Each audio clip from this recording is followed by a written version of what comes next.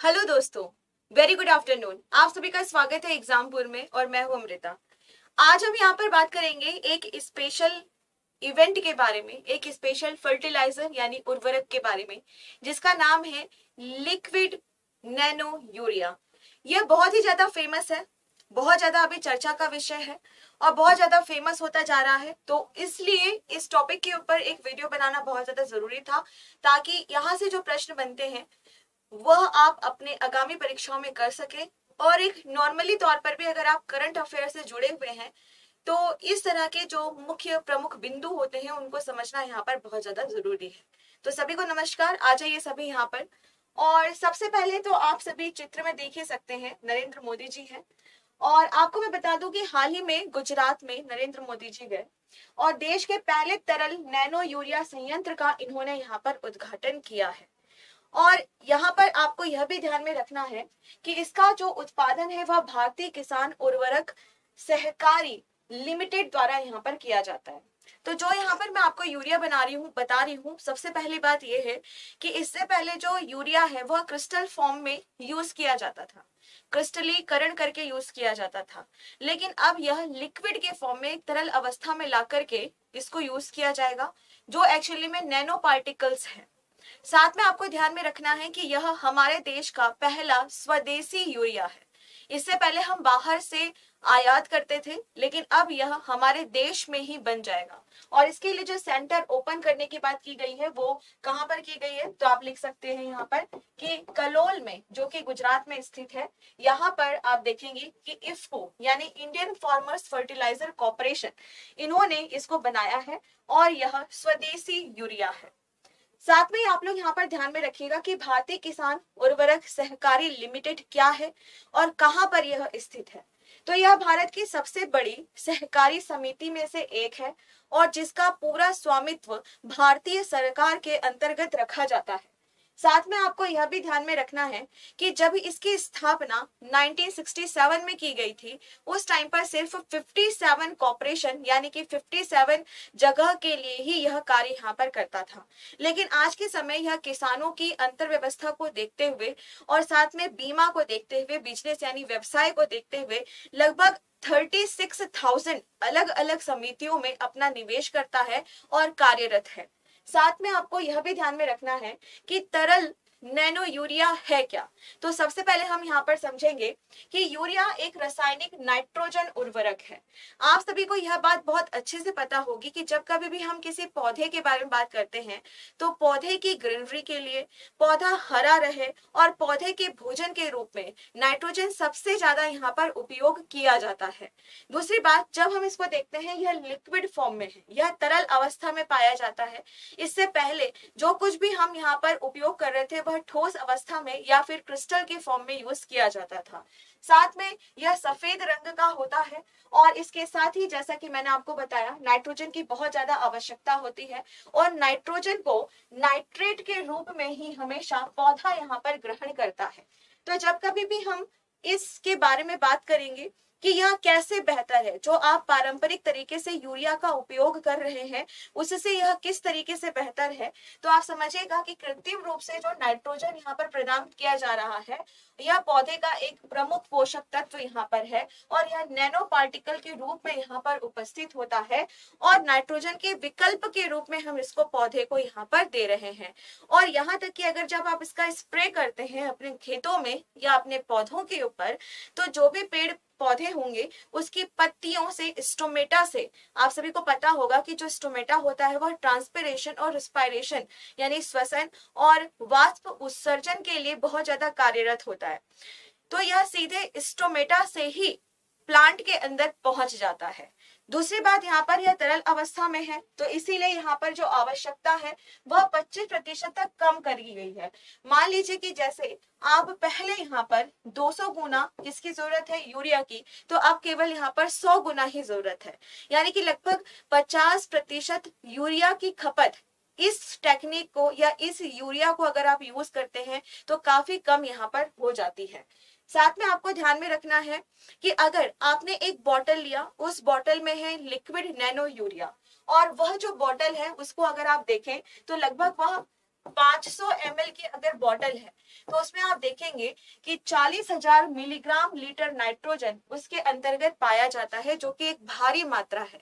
तो यहाँ पर समझाने का मतलब ये है कि जो आप पहले से यूरिया यूज करते आ रहे थे, अब आपको उतना यूरिया नहीं यूज करना, उसका आधा ही यूरिया अब आप यूज करेंगे तो भी आपका कार्य हो जाएगा। दूसरी बात, यहाँ पर जो नाइट्रोजन की मात्रा है वो बहुत ही ज्यादा है। अगर आप 500 ml की एक बोतल लेते हैं तो उसमें लगभग आप 40,000 मिलीग्राम प्रति लीटर नाइट्रोजन आप यहाँ पर देख सकते हैं, जो कि बहुत ही ज्यादा है। तो पेड़ पौधों को ज्यादा से ज्यादा यहाँ पर नाइट्रोजन मिलेगा। इसके साथ नेक्स्ट पॉइंट आता है कि इस तरह के लिक्विड नैनो यूरिया का उत्पादन किसने किया या इसका आविष्कार किसने किया है, कौन सा ऐसा इंस्टीट्यूट है जो इसके लिए कार्यरत रहा है। तो आपको आंसर करना है कि यह स्वदेशी रूप से बनाया गया है और नैनो बायोटेक्नोलॉजी रिसर्च सेंटर यानी कि जो कलोल गुजरात में है, उन्होंने यहाँ पर आत्मनिर्भर भारत और आत्मनिर्भर कृषि के लिए इसका यहाँ पर आविष्कार किया है। तो यहाँ से भी आपका प्रश्न बन सकता है। साथ में आपको यह भी ध्यान में रखना है, क्या इससे सरकार को भी कोई लाभ पहुंचेगा? कृषक को तो लाभ पहुंचेगा ही, लेकिन क्या सरकार को भी कोई लाभ पहुंचेगा? तो आंसर करना है जी हाँ। इससे सरकार को यह लाभ पहुंचेगा कि सरकार के उर्वरक सब्सिडी बिल को यहाँ पर कम यह करता है और भारत व्यापक रूप में उपयोग किए जाने वाले उर्वरक के आयात पर निर्भर होता है। तो अभी तक मैंने आपको क्या बताया कि जो भी यह यूरिया है वो हम बाहर से आयात कर रहे थे, पर जब यह हमारे देश में ही बनने लग गया है तो कहीं ना कहीं इसके मूल्य पे भी अंतर पड़ेगा और किसानों को यह सस्ते में उपलब्ध कराया जा सकेगा, क्योंकि यह हमारे देश में ही बन रहा है। जब हम बाहर से आयात करके मंगाते हैं किसी भी चीज को तो उसका मूल्य लगभग 2 गुना या 4 गुना हो जाता है, लेकिन अगर ये हमारे देश में ही निर्माण हो रहा है तो जो हमारे किसान भाई हैं उनको क्या होगा, कम लागत में यह मिल जाएगा और सरकार को भी कहीं ना कहीं इससे प्रॉफिट ही मिलेगा। नेक्स्ट जो पॉइंट है यहाँ पर कि तरल नैनो यूरिया की जो दक्षता है वह 85 to 90% तक हो सकती है। तो जैसे पहले जब भी हम कोई भी यूरिया का उपयोग करते थे तो केवल 25% तक ही उसका किसी पौधे को पहुंच पाना संभव हो पाता था, लेकिन अगर आप इस नए यूरिया का उपयोग करेंगे, लिक्विड नैनो यूरिया का, तो यहाँ पर यह गारंटी होती है कि लगभग 80 से 90% या 85 से 90% तक पादप तक यह पहुंच सके। साथ में आपको यह भी ध्यान में रखना है कि पहले जो यूरिया होता था वह जल्दी खराब हो जाता था। जैसे ही उसको नमी मिलती थी वैसे ही वह केकी यानी आप लोगों ने देखा होगा कि जैसे अगर कोई पाउडर है उसमें अचानक से पानी पड़ जाता है तो वो पाउडर आपस में चिपक जाता है। इसी तरीके से जो यूरिया है वह खराब हो जाता था या गलने लगता था या खराब हो जाता था। लेकिन अगर आप लिक्विड नैनो यूरिया के बारे में बात करते हैं तो सबसे पहली चीज यह पहले से ही लिक्विड यानी कि तरल रूप में पाई जा रही है और इसकी सेल्फ लाइफ यानी कि यह जल्दी खराब नहीं होगा। अगर यह काफी महीने या सालों तक रखा हुआ है तो भी यह जल्दी खराब नहीं होगा। तो जो पहले हम पारंपरिक रूप से यूरिया यूज कर रहे थे वो जल्दी खराब हो जाता था, केकी सा हो जाता था, यानी कि उसमें मॉइस्चर नमी पड़ जाता था तो वो खराब हो जाता था, उसका उपयोग उतना नहीं हम कर पाते थे। लेकिन अब जो यह नया यूरिया हमने बनाया है इसको हम बहुत दिनों तक रख सकते हैं और यह जल्दी खराब नहीं होता है। नेक्स्ट जो पॉइंट है वो है कि नैनो रूप से उर्वरक जो होता है वो फसलों में जितने भी आवश्यक उसको पोषक तत्व है, जितना भी यहाँ पर नाइट्रोजन की उसको जरूरत होती है, तो पत्तियां ही उसको एब्जॉर्ब करने में सक्षम होती हैं। जैसे कि मैंने आपको पहले बताया कि स्टोमेटा से ही यहाँ पर इस यूरिया को ग्रहण कर लिया जाता है। आमतौर पर अगर आप देखें तो पहले जो नाइट्रोजन होता है वह नाइट्रेट बनता है, नाइट्रेट पौधों की जड़ों से अंदर पहुंचता है। तो जो पेड़ पौधों की जड़ें होती हैं वह पहले कार्य करती हैं और फिर नाइट्रोजन नाइट्रेट के रूप में पौधे के पास पहुंचता है। लेकिन यहाँ पर क्या है कि अगर आप छिड़काव कर रहे हैं पेड़ पौधों के ऊपर तो पेड़ पौधे की पत्तियों में जो स्टोमेटा होता है या पत्तियां जो है उसी से यह ग्रहण यहाँ पर कर लिया जाएगा। तो बहुत ही जल्दी और बहुत ही ईजी वे में पेड़ पौधों को नाइट्रोजन मिल जाएगा और वह उसका आसानी से यहाँ पर उपयोग कर सकते हैं। साथ में आप देखेंगे कि जो पारंपरिक यूरिया जो पहले से हम यूरिया यहाँ पर उपयोग करते आ रहे थे वो असंतुलित तरीके से और अंधाधुंध तरीके से हम लोग उसका उपयोग कर रहे थे, जिसकी वजह से आने वाले समय में या फिर आप देख सकते हैं भारत के कुछ ऐसे प्रदेश हैं जहां पर जो मिट्टी है, मृदा है, वह पूरी तरीके से दूषित हो गई है, जो आगे जाकर के हमारे पर्यावरण को बहुत ज्यादा नुकसान पहुंचा सकती थी या पहुंचा चुकी है। लेकिन अगर आप लिक्विड नैनो यूरिया के बारे में बात कर रहे हैं तो यह पर्यावरण के ऊपर दुष्प्रभाव नहीं डालती है। तो सबसे बेस्ट चीज यही है। आगे हम यहाँ पर बात करते हैं कि जैसे एयर पॉल्यूशन हो रहा है, मृदा पॉल्यूशन हो रहा है, पानी का पॉल्यूशन हो रहा है, प्रदूषण हो रहा है, तो इन सभी प्रदूषण को रोकने के लिए ये बहुत ही एक अल्टरनेटिव सोर्स है। जैसे मैंने आपको पहले बताया कि जो यूरिया है जो हम पहले से यूज करते आ रहे हैं उससे मृदा प्रदूषण तो हो ही रहा है, साथ में पानी यानी जल प्रदूषण भी हो रहा है। लेकिन यहाँ पर अगर आप नैनो लिक्विड यूरिया का यूज कर रहे हैं तो आप देखेंगे कि आपको यहाँ पर प्रदूषण होता नहीं दिखाई देगा। साथ में नेक्स्ट जो है भूमिगत जल, ये बड़ी समस्या है, बहुत ही विकट स्थिति है। भारत में अभी भी बहुत ऐसे कम इलाके हैं जहां पर 24 घंटा पानी उपलब्ध है, नहीं तो पानी की भारी यहाँ पर मात्रा में कमी आपको देखने के लिए मिल रही है। भूमिगत जो जल है वह लगातार कैसा हो रहा है, कम होता जा रहा है। जो वाटर लेवल है वो लगातार कम होता जा रहा है, और जितना भी वाटर रह भी गया है वो दूषित होता जा रहा है, क्योंकि इतने सारे रसायन का हम उपयोग कर रहे हैं।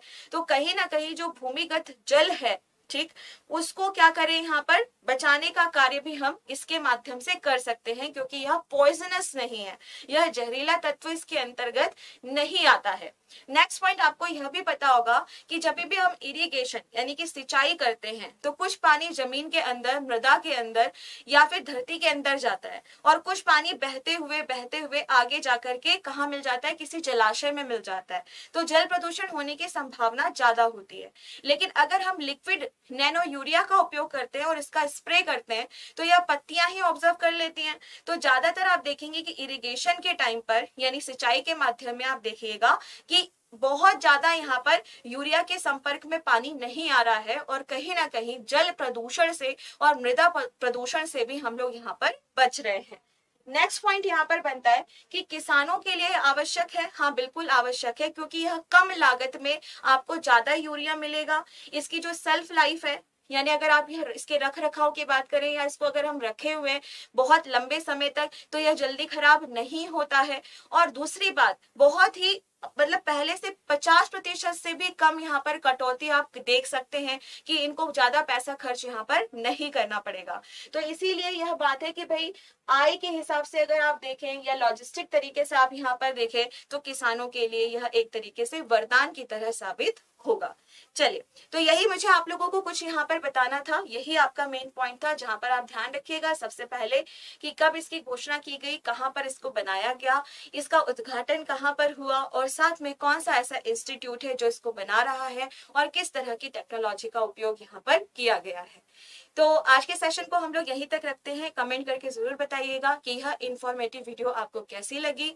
Thank you so much, take care, bye bye, जय हिंद, जय भारत।